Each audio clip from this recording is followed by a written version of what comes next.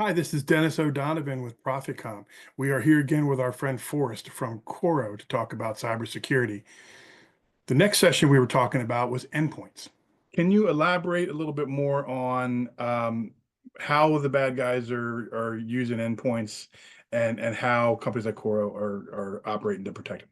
Yeah, this one's probably the most common. People have heard of having malware, ransomware, the blue screen of death, all the things that happen.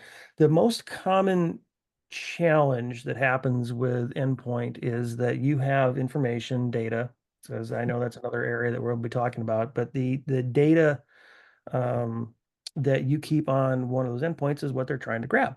And so when we're taking a look at endpoint, and I'm going to share my screen again just to kind of give you an idea. So here's how Coro breaks out all the different things that you could be taking a look at on side of endpoint. And again, this could be your laptop, your tablet, your servers, any of those devices that you're trying to protect against. But this is where you're looking at the integrity of information generally at rest, if you will. So where I need to make sure that I'm taking a look, do I have my device password protected? Do I have capability of both both identifying and addressing any malware that happens to be downloaded because that email got through and somebody clicked on something, right? Um, but also getting all the way down into infected processes.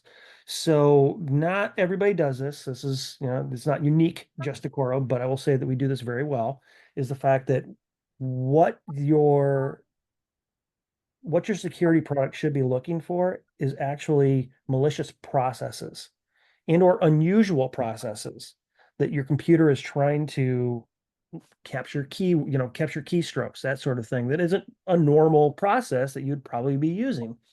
Those are the types of things that might flag for, hey, look at this deeper.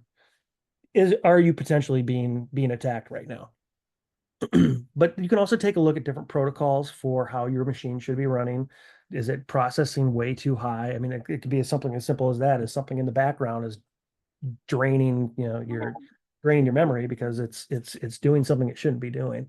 But you can also very quickly be able to use a tool like this to check the status of devices that are out in the wild. Very, very few companies right now don't have some sort of remote workforce, at least portions of the day.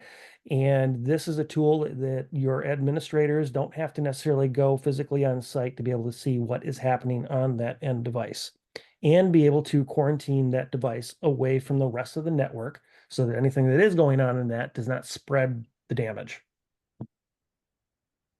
Very cool. No, I like that. I mean, it's the necessary evil in today's world, right? Correct.